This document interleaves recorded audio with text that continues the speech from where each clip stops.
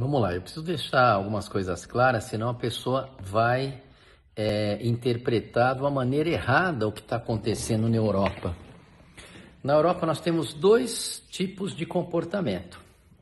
Um comportamento lá da Suécia, que é quando as pessoas não fizeram nenhum tipo de isolamento ou foram muito mais flexíveis, e a grande maioria das pessoas já entraram em contato com o vírus. E agora os casos lá estão de características endêmicas. O que é isso? Não é epidêmica, não é um boom. Estão estáveis lá. Então, esse é o primeiro comportamento.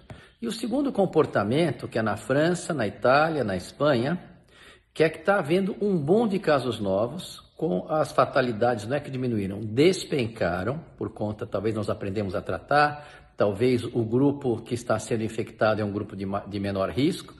Mas o fato é que essas pessoas, eu conversei com uma amiga minha, uma colega lá, que enfrentou a primeira epidemia lá na Espanha, ela me disse que esses casos novos, e os hospitais que estão começando a querer ter receio de ficar sobrecarregado, são aquelas regiões que não foram afetadas na primeira onda.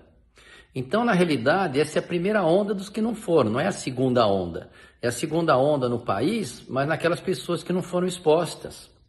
O que faz a gente crer que não adianta ficar muito isolado por muito tempo.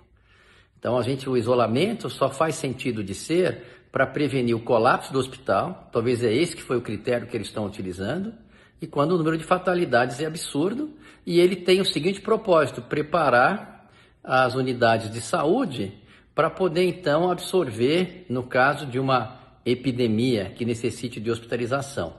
Como todo mundo sabe, 85% dos casos não precisa nem de médico, os 10% precisam de um atendimento mais próximo e apenas 5% necessita de tratamento crítico.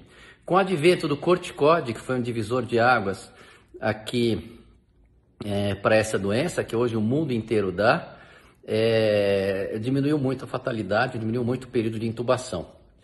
Estão falando que tem uma segunda cepa. Tem mutações, esse vírus sofreu inúmeras mutações. Mas só para vocês entenderem, quando um vírus muda demais, ou ele perde a agressividade, ele perde a capacidade de transmitir, então não dá para mudar muito. E não é dizer que está acontecendo uma reinfecção, que a Europa foi pega de novo porque o vírus mudou e ficou agressivo. Isso também cai por terra, não é isso que está ocorrendo. Então é importante que isso fique claro. Eu tenho um exemplo da Suécia, com exemplo aqui no São Paulo das comunidades mais pobres que não fizeram nenhum tipo de isolamento, apesar de ser um número volumoso, acho que são 10 milhões de pessoas, posso estar errado nesse número, mas é muita gente. Eles não conseguiram fazer isolamento porque eles não tinham espaço físico para tal. Por isso que eles não fizeram isolamento. E o que aconteceu com eles? Nos locais de renda mais baixa, a epidemia não está se comportando com os casos estáveis. Já as pessoas de um alto poder aquisitivo, elas estão um boom. Estamos tendo uma epidemia aqui nesse momento em São Paulo nas pessoas de alto poder aquisitivo, porque ficaram isoladas, ou seja, tiveram o mesmo comportamento de isolamento lá na Europa e por conta disso estão pegando tudo de novo. Não pegando de novo, está tendo essa onda das pessoas que não foram expostas. Estão sendo expostas agora. Felizmente, nós estamos administrando os casos da melhor maneira possível, com poucas internações. Então, isso que eu queria falar para vocês, é só a gente pensar um pouquinho. E nem todo mundo é suscetível à doença. Se todo mundo fosse suscetível à doença, as pessoas dessas comunidades, se ficassem doentes ao mesmo tempo, não teria hospital de campanha que chegasse. E os dois que a gente fez aqui no Anhembi e no Pacaembu, não chegou nem perto da metade da ocupação. Então, quer dizer, nem todo mundo pega. Como eu estou cansado de ver em cônjuges. Um pega, o outro nem detectar o vírus a gente consegue, apesar de terem relações íntimas. Então, só para dizer que tem tudo isso sobre essas doenças, e isso são os fatos.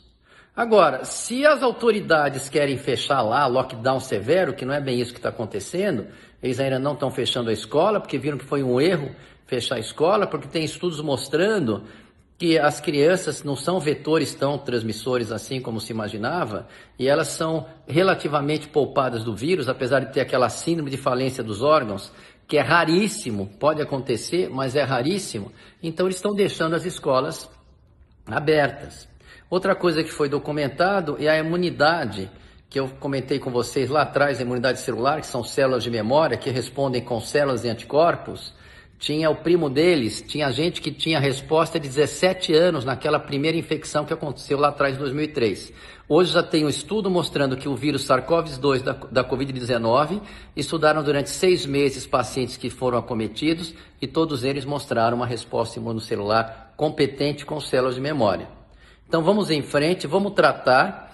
Em breve, aqui no Brasil é uma curva mais achatada porque o país é imenso, então não tem como o município está aumentando, o outro já está caindo, os casos estão caindo, vem uma estação mais quente que dificulta a transmissão do vírus, o que promove a transmissão desse vírus são as aglomerações, isso está muito claro para mim, e eu acho que se tiver uma onda seria uma marolinha mais para o inverno lá na frente, maio, junho, se ocorrer, se não ficar endêmico, como é que a gente espera, já que no Brasil a gente não conseguiu fazer um lockdown, foi muito parecido com a Suécia.